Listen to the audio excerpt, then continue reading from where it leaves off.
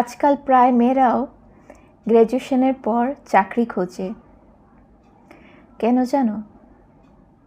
শুধু শখ আহ্লাদ পূরণ বা সোশ্যাল স্ট্যাটাস মেনটেন বা ভালো একটা চাকরিয়ান বর পাওয়ার জন্য নয়, বাবাকে সংসারে সাহায্য করার জন্য, মা বাবার শখ আহ্লাদ পূরণ করার জন্য।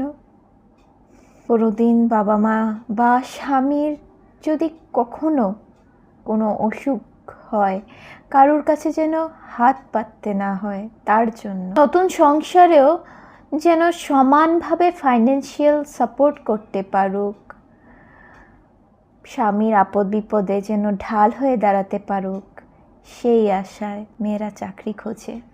এইসব মেয়েরা সুখ খুঁজে পায় আত্মসম্মান নিয়ে স্বনির্ভরভাবে বাঁচার মধ্যে দিয়ে।